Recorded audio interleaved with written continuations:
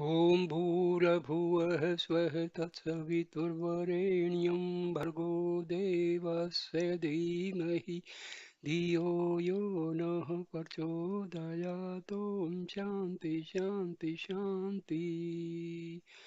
Namaste, dear friends.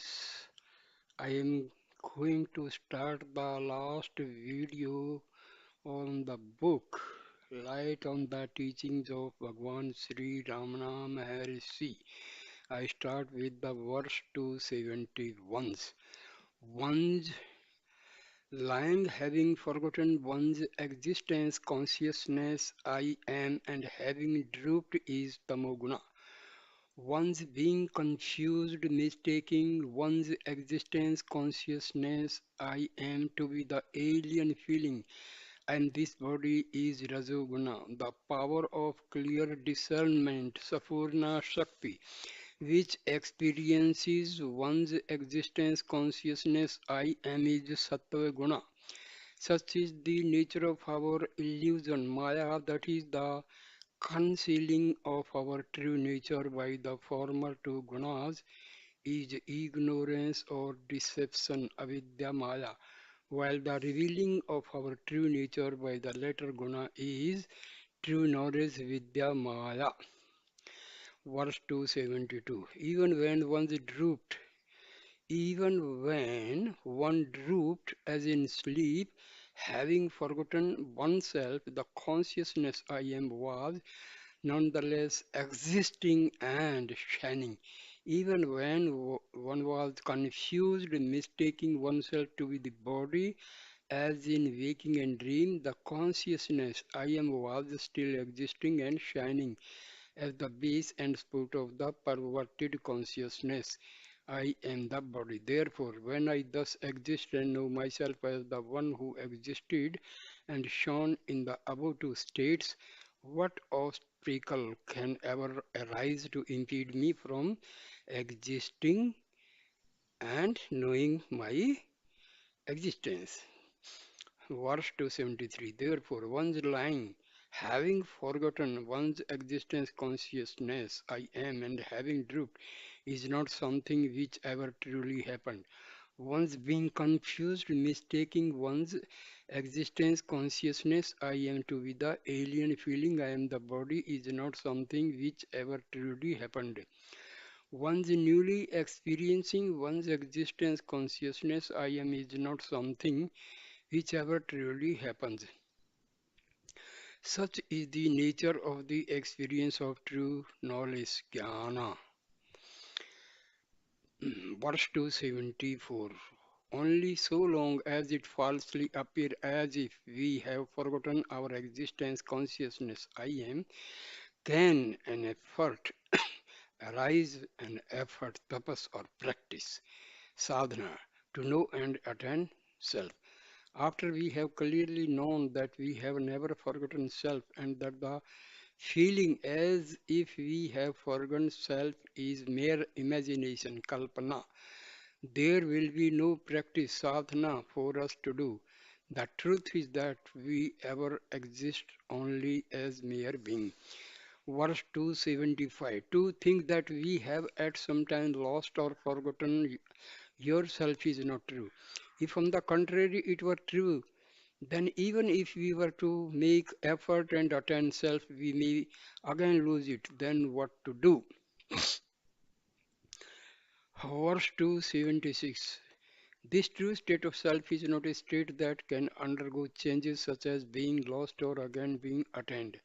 Know that this state is that which is never lost. In front of the clear light of the sun of self-knowledge which is devoid of changes such as being lost or being attained. How can such changes which are in unreal darkness take place? Verse 277. This existing reality is not something that can be reached and attained like an object other than I. All that is to be done is only to abide as it is, having set aside the empty imagination that has risen within us that we have lost that state. Setting aside that imagination is to abide in self, having turned our attention within, withdrawing it from all other objects. The true state is nothing other than this. Heading is 50. Untouching Union. Asparsa Yoga. 278. Our existence and the consciousness of our existence ever remain unseparated from us. When it is so, why should the state in which we remain as we are be called a state of yoga in which we have approached and united with our own existence? We are always only one, therefore.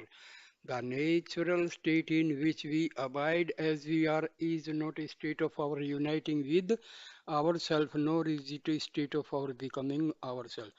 Declare that state is the state of not touching as per some. That is the state of separation from all adjuncts such as the body and mind.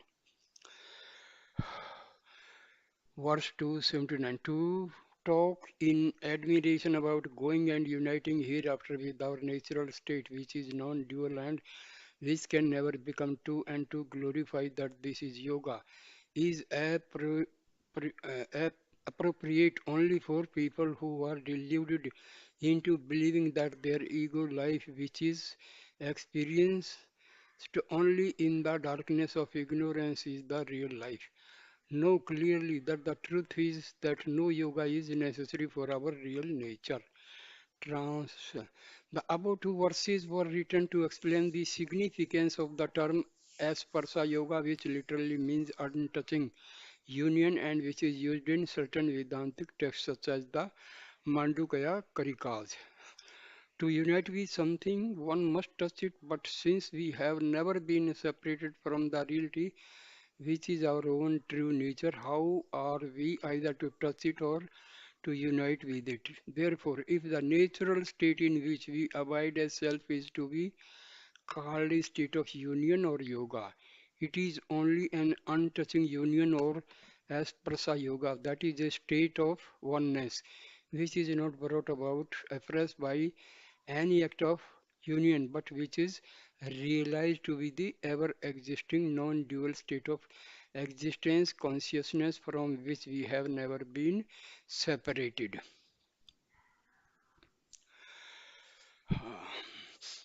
Verse 280. Who is a jnani? Verse 280 is the intellect which decides this person is a jnani, that person is an ajnani. Knowledge, jnana or ignorance, ajnana. Jnana is only one, therefore, even the jnani who is seen by the mind, the ajnana that sees jnanis as many, is only a product of that ajnana. 281. You, the mind that sees others, are yourself a mere thought. Therefore, the person who is said by you to be a pure soul or a Mahatma is only one among the many thoughts that are thought by you, the first thought. How can such a thought, which is an illusory product of Ajnana, be a supreme knower of self? Atma Jnani, reflecting in this manner know this truth. Verse 282. To say he is a good soul, a jnani, no, is untrue. Even to say all people are jnanis is untrue, because to see as if many people are existing is the sign of ignorance. Only one person truly exists, that is you. Know this. Verse 283. In the true outlook of the jnani, there is no ajnani, because there is no one who is other than himself. The Ajnani pointing to be a body and saying this person is a Jnani gives the name Jnani only to a body. Due to this defective outlook, whereby the Ajnani sees even the Jnani as a body, he becomes one who sees even the Jnani only as an Ajnani. Verse 284. Even though you may visit any number of Mahatmas and even though they may exhibit all the eightfold occult powers, Astasiddhi, know that he who turns your attention towards self, saying, without allowing your mind to go after these juggleries, turn within, is only the true pure soul Mahatma. Let the individual Jivatma who enters the lofty Himalayas and forests seeking Mahatmas enter instead the heart by turning within seeking where am I and thereby become the blissful self Sukhatma Savrupa. Thereafter all who were seen externally as pure souls Mahatmas will be experienced by him to be his own self, Atma Savrupa. This is the teaching given by Sri Ramana Bhagavan. Verse 286. Before one knows oneself in whatever way one may try, it is not possible for one to know the real tapasvis, the jnanis, who ever remain in the egoless state of self-abidance, the true state of tapas. Therefore, giving up all the futile efforts to seek externally to know pure souls, Mahatmas, cling firmly to the great and worthwhile effort of attending to self, which will destroy the unreal feeling I am an individual jiva.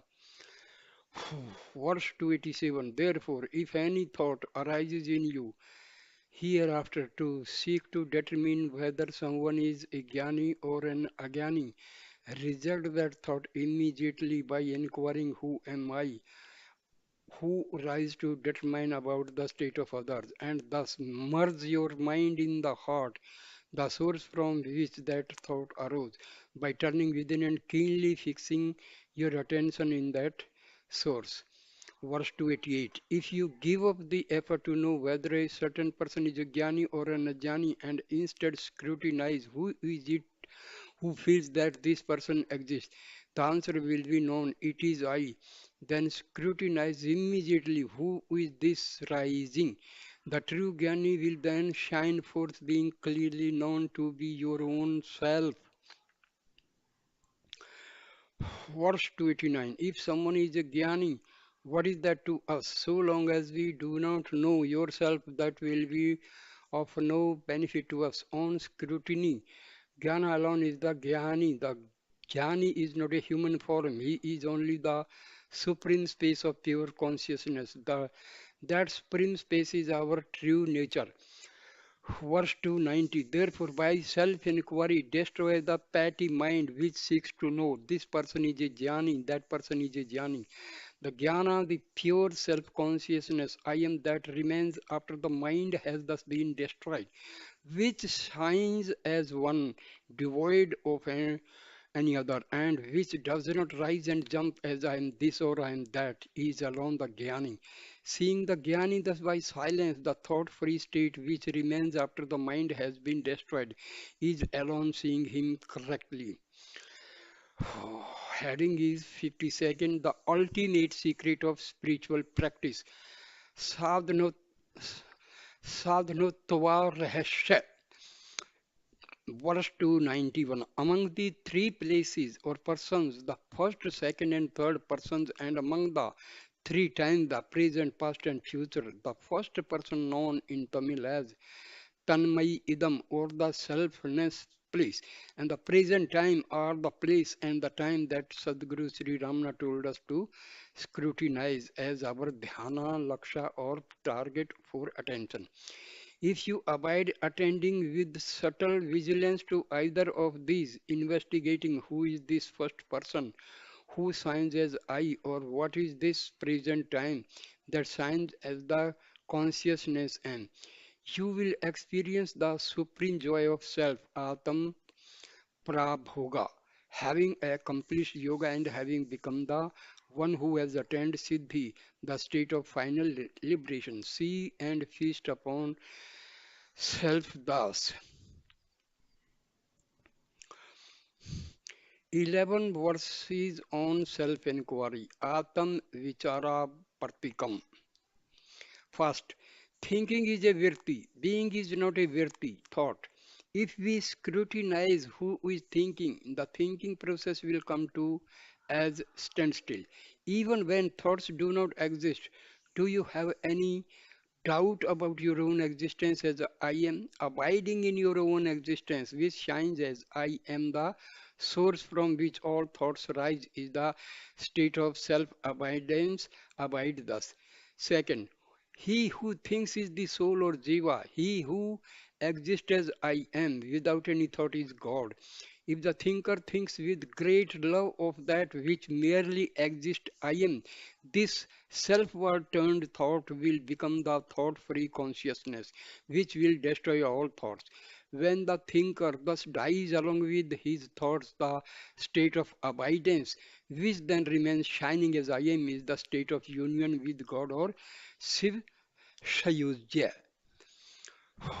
Third, he who thinks I am so and so is just a thought like all the other thoughts. But of all thoughts, this thought I am so and so alone is the first. The soul who thinks I am so and so is merely a reflection of our real self. When we abide and shine only as that real self, the thought I am so and so will not rise. Fourth, in dreamless sleep, this thought, I am so and so, does not at all exist. In the true state of self knowledge, also the thought, I am so and so, does not at all exist. But in the states of waking and dream, which rise in between the darkness of sleep and the pure light of self knowledge, the thought, I am this body, seems to appear and disappear. Therefore, this limited I is not real. This I is only a thought. Fifth, the flourishing of this I is only the flourishing of misery. This I is that which is called the ego. This ego I rises and flourishes only because of non-enquiry, avichara. If we inquire who is this and thereby vigilantly scrutinize only the feeling I without attending to the adjunct so and so with which it is mixed, this adjunct will disappear since it is devoid of any real existence. Sixth, the second and third persons, the known objects, subsist only because of the first person, the knowing subject, who is the root. If the mind which is ever wavering because of attending to second and third persons turns and attains to the first person, who rises as I am so and so, the adjunct so and so will cease to exist and the real self which always exists as I am will shine forth spontaneously. That real self, which is the indestructible base of the first person alone, is true knowledge, jnana. 7. Thinking about second and third person is foolishness because when we attend to second and third person, the mental activity, manovrittis rise up and multiply. But the act of attending to the first person is equal to committing suicide because only by scrutinizing the first person will the ego die of its own accord. 8. Attending to any second or third person instead of turning and attending to this I, the first person feeling that is always experienced by everyone is only ignorance, ajnana. If you ask the ego, the feeling I am so and so is only a product of ignorance. So attending to the ego is also ignorance. Is it not? Why then should we attend to this I? Listen to what is said below. 9. Why is the ego destroyed when we scrutinize what am I? Because this I thought, aham virti, is a reflected ray of self-consciousness and thus, unlike other thoughts which are devoid of consciousness, it is always directly connected with its source. Therefore, when our attention dives deeper and deeper within by following this reflected ray I, the length of this reflected ray I will diminish until finally it has shrunk to nothing. When the ego, the feeling I am so and so thus disappears, the consciousness that will remain shining as I am is the true knowledge of self. 10th, do not do anything thinking it should be done only by me. Nothing is done by you because you are simply nothing. Knowing this truth from the beginning, if you refrain entirely from rising as I am the doer, all actions will happen of their own accord and your peace will ever remain undisturbed. 11. If we scrutinize what is the reality that ever exists, we will find that nothing in this world is real since self alone is real.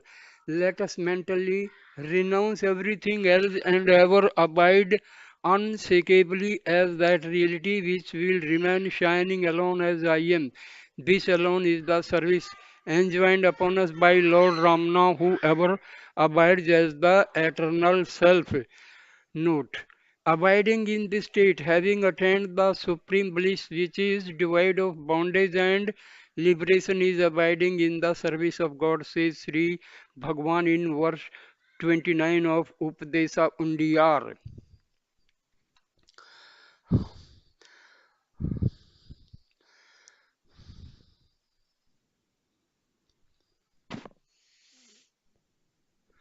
40 verses on renunciation.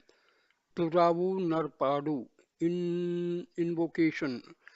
First, may the feet of Sri Ramana Bhagavan joyfully be my sport to enable me to sing this 40 verses on renunciation, Turavu Narpadu, expressing ideas which are agreeable to the divine heart of Lord Ramana, who has renounced both renunciation and attachment by abiding as self, the supreme bliss which transcends both liberation, renunciation, and bondage attachment. 2. Falling prostrate at the feet of Sri Ramana, who graciously manifested and dwelt in this world as the God whom we have seen in front of us with our own eyes, and who lived as the king of both inner renunciation and outer renunciation, may I rise and sing this Tirau Narpadu text. What is the purpose of embracing the state of renunciation, sannyasa? Is it not only to attain here in this very life the state of abiding as the infinite reality, Pripurana Brahma, which is devoid of any deficiency by destroying the ego and by uniting with God, that pure infinite reality, infinite reality? If anyone says that there is an other purpose in embracing sannyasa, the Vedas will not accept it too. The renunciation of the ego is alone sannyasa. Instead of renouncing the ego, merely renouncing and leaving one's home and family is of no benefit. The renunciation of the ego is alone liberation. That renunciation alone is self-knowledge, jnana. That renunciation alone is bliss. Know this for certain.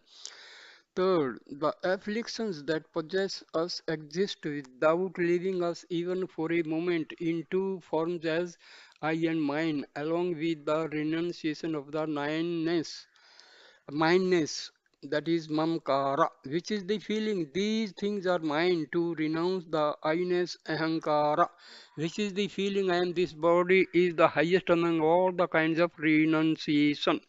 Fourth, by changing one's external appearance, uh, Vesha, by wearing ochre cloth, shaving one's head or carrying a water pot, Karmandalu, nothing special Vishesha is achieved unless you can discover the peerless means by which to bring about the death of yourself, the ego. Oh, my dear sir, your renunciation will not yield any benefit. Fifth, know that a person who proudly feels, I have attained renunciation, sannyasa, which is the highest among the four external modes of life, asramas.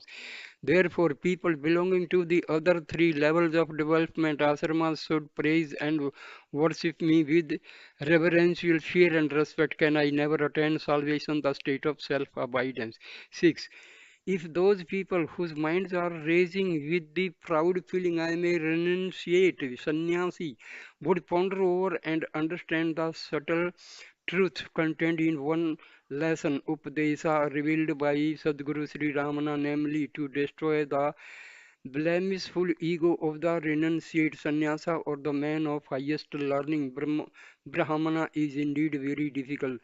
They would be enabled thereby to attain salvation. The lessons or instructions, Upadesa, of Sri Bhagwan referred to here is that contained in verse 162 of Garland of Guru's sayings. The powerful hero who has destroyed the ego, the feeling, I am the body, is alone the true sannyasi and true Brahmana. However, to destroy entirely the ego born by the sannyasi or the Brahmana who has self-conceit, feeling I belong to the highest asrama or I belong to the highest caste, oh, is very difficult. 7. If we investigate why the injunction is given to a wandering religious mendicant, Privrajaka sannyasi, without remaining in the same village or town where you remained yesterday, before nightfall today move to a different village or town, we will find that it is in order to prevent his mind from developing a liking and attachment towards people who praise and honor him. 8. If a wandering religious mendicant Pre-Vrajaka sannyasi wanders about depending entirely upon God to provide his material needs each day without ever seeking to acquire or save anything for the morrow with the thought, let this place of abode or this food be available for me for another occasion. His faith in God will increase and he will gain the strength to live with an attitude of complete dependence upon God alone and not upon any people. 9. Not knowing that by this wandering Parivrajaka life he should thus learn to develop the quality of depending on only upon God for everything. If a renunciate sannyasi thinks every time, since I am a renunciate sannyasi, the householders are duty bound to honor me and to provide all my needs. Know that he is unfit for the life of renunciation sannyasa. 10th, the renunciate sannyasi has undertaken this wandering pre-vrajaka life only in order that he should by practice gain the strength to live depending entirely upon God. If instead he expects that the householder should take care of him, he is placing his faith only in those householders and not in God. 11. For a renunciate sannyasi, begging is a pure and exalted spiritual practice, sadhana. If people belonging to any of the other three orders of life, asramas, say that by his begging, the sannyasi is being a burden to others, they are ignorant of the truth. If the sannyasi is unable to endure the mean words of worldly people who speak, thus know that he is not a true sannyasi. 12. A steadfast, renunciate sannyasi who has abundant strength of mind does not beg for his food due to poverty. His begging is a training which he undergoes in order to attain a state of mind in which he can experience an equal love towards those who revile him with mean words and those who praise him with kind words. 13. The benefit which a true renunciate sannyasi is to gain by living a wandering pre-vrajika life is to attain a state of mind which is fully contented, being endowed both with an attitude of complete dependence upon God alone at all times and with a patient endurance which cannot be shaken by either the abuse or the praise of others. 14. But alas, not knowing this truth, so many people nowadays, after assuming the austere garb of the blemishless order of a renunciate sannyasa asrama, are seen to be seeking and running after worldly people who possess much wealth or who hold high positions in society instead of depending entirely upon God as their sole refuge and support. 15. Some other renunciate sannyasis are caught in the bondage of trying to accumulate wealth by power of mantras or practicing astrology by giving medicines and by other such tricky means, tantras. For such people who are caught thus in bondage, tell me what is the use of their assuming the outward guise of a sannyasi by growing a beard and long matted hair, by wearing austere clothes and by carrying a stick and a water pot. 16. When will they ever attain salvation? Those people who give vermilion kumkuma and sacred as vibhuti as divine food prasada, gathering a crowd of people around themselves and proclaiming that they will give divine sight darsana to Common people on only one day a month or one day a year thus consider themselves to be exalted gods who are far superior to all other people, even though they are in truth only petty egos who are devoid of even the least greatness. Therefore, if you wish to be saved, be still, giving up all such pomp and show. 17. A person who is naturally humble and submissive to every person and every living being, having the constant remembrance that except himself, each and every living being in this world possesses some good quality and is in some way superior to himself, is alone the king among true renunciate sannyasis. 18. A person who has attained true renunciation is verily dead to this world. Such a true renunciate sannyasi is indeed superior to all the other people of this world. He is the embodiment of all virtue and ethical conduct, dharma. Therefore, he alone is an object worthy to be worshipped and adored by this entire world.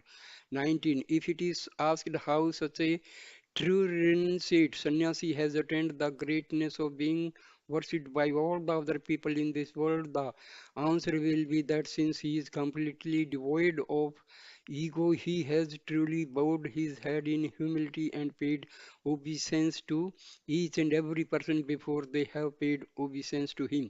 Therefore, what he has given to others naturally comes to him. 20. On the other hand, the renunciate sannyasi who is devoid of true humility and whose mind is full of guile, thinking all other people should worship and pay obeisance to me, will be left without any means of attaining salvation and will become entirely worthless, sinking lower and lower on account of the surging and swelling of his ego. 21. If a person takes renunciation, sannyasa, with the desire that other people should honor and revere him, that renunciation sannyasa will only destroy his true happiness. The abstinence or austerity which is to be observed in this world by a pure renunciate sannyasi who has given up all worldly attachments is only to refrain even in the least from becoming a victim to the disease of self-esteem or pride. 22. If a renunciate sannyasi endowed with good qualities who lives as a Kutichaka, an ascetic who remains in one place, living in a small hut instead of wandering from place to place, gradually allows himself to become a Mathadhipati. Mathadhipati, the head of a monastery or religious institute. He will be making himself into a place meant for the experience of all kinds of unbearable suffering. Therefore, a good sannyasi will never desire to become a head of a monastery, Mathadhipati.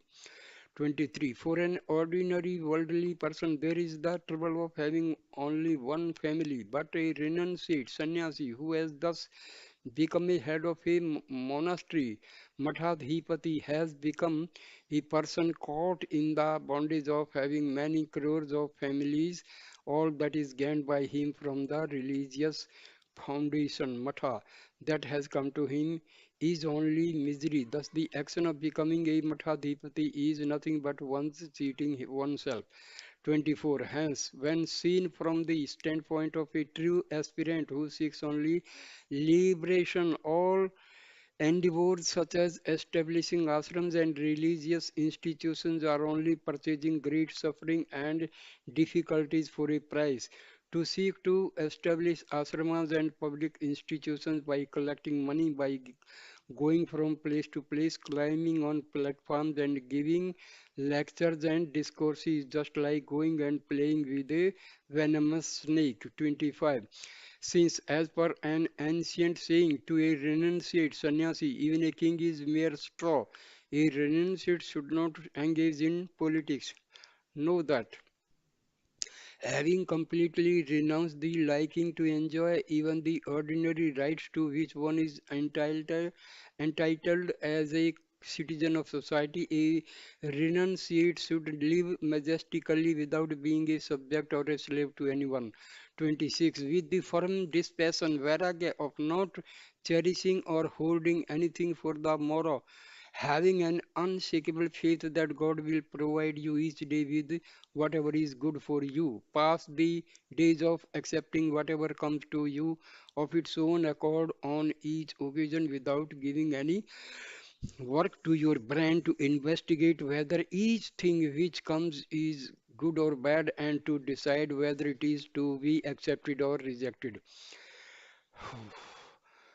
27. If you who have come to this world alone live alone, being free of attachment to anything and subside in self by knowing that it is the reality of yourself, know that that is the greatest help which you can render to all the other people in this world. 28. Going and approaching the people of the world, collecting money and engaging in many external activities in the name of social service, paropkara seva and desireless action, niskamaya karma, is not behavior befitting the purity of renunciation. Without a sense of doership, do whatever good action comes to you of its own accord, forcibly prompting you to act by making you feel that it is necessary to do so and then at once forget it. 29. He who remains like a dead person in all worldly affairs without rising as I under any circumstances is alone the most exalted among the renunciate sannyasis. He alone is a Jivan Mukta, enlightened while still in the body. He alone is a true non-doer because he has no sense of doership in whatever actions he may appear to be doing. Therefore, he alone is a true karma yogi, a person who does actions without any selfish motivation or desire. 30. The path of karma yoga, selfless service, which is practiced by anyone other than such a Jivan Mukta, sees previous verse, will gradually remove the impurities from the mind and it will stop with thus imparting complete purity of mind. After thus attaining purity of mind, it is proper that a person should give up the path of karma yoga and should follow either the path of devotion bhakti or the path of self inquiry and thereby attain the egoless state of self.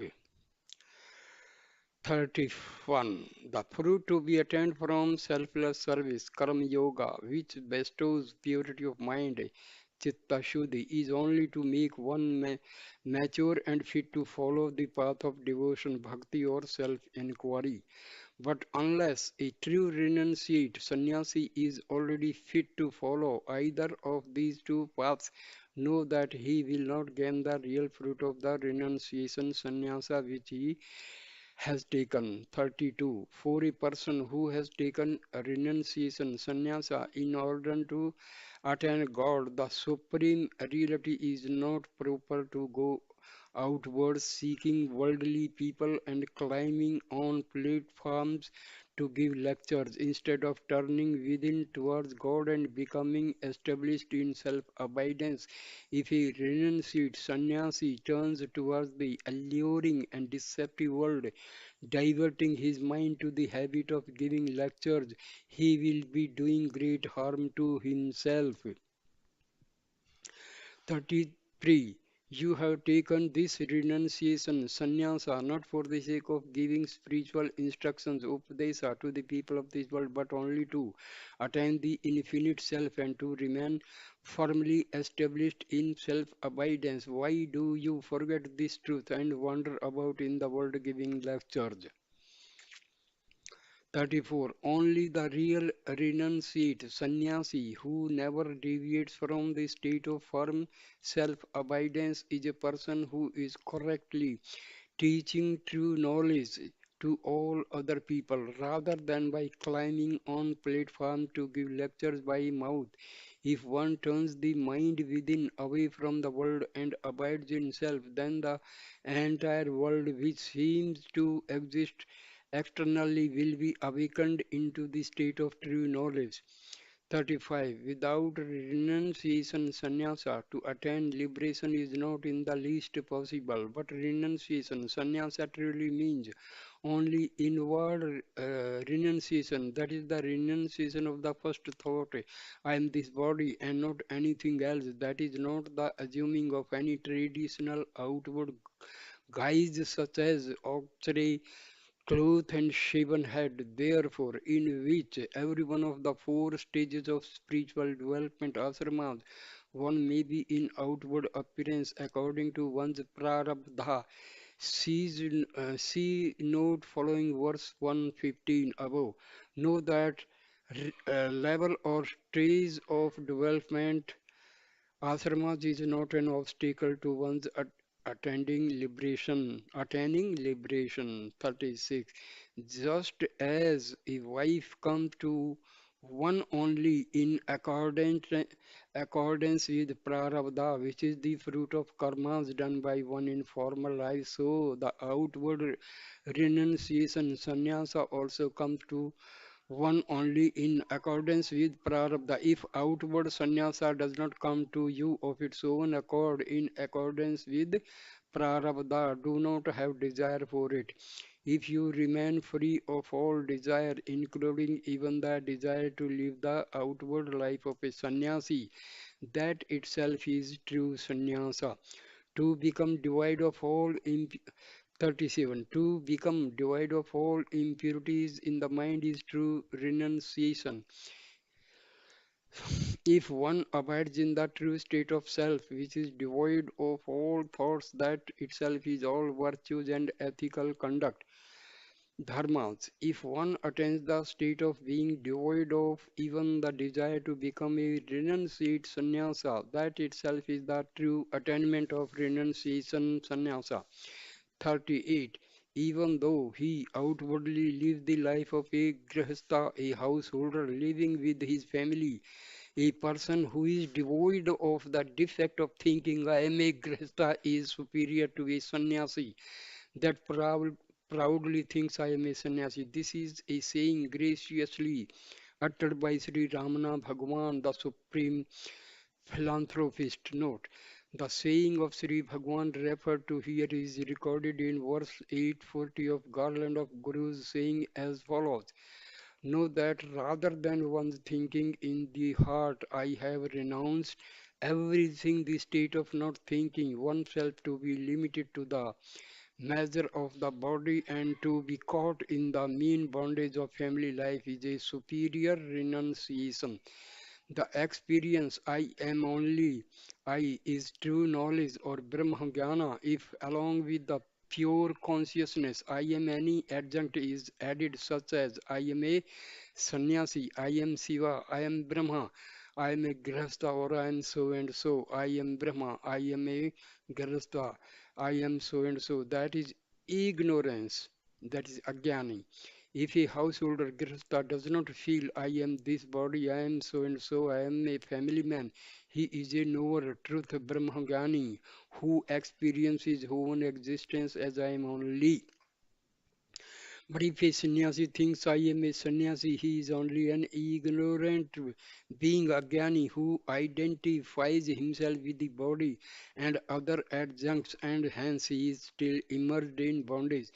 That is why Sri Bhagwan used to say that Grihastha who does not feel I am a Grihastha is truly a better sannyasi than a sannyasi that feels I am a sannyasi.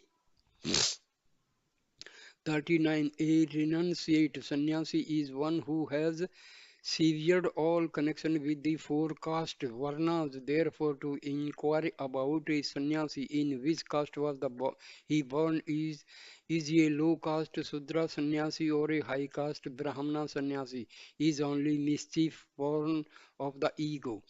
40. All distinctions of caste, varna and stages of development Asramang relate only to the filthy body and not to self, which is the form of grace. Know that those people who have renounced and escaped from the attachment to the body by gaining a clear knowledge of self are not bound by distinctions of varna and asrama which are fetters.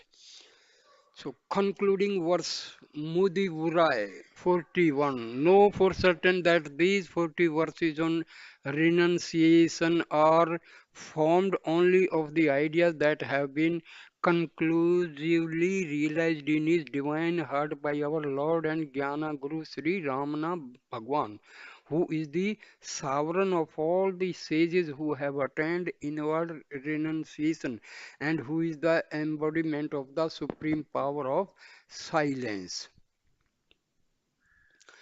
So here ends the book, A Light on the Teachings of Bhagwan Sri Ramana.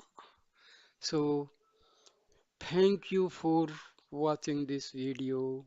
Please like, comment and share the video. Please subscribe my channel so that it may reach more and more people. Thank you, dear. Thank you so much. Om Sri Ramanaya.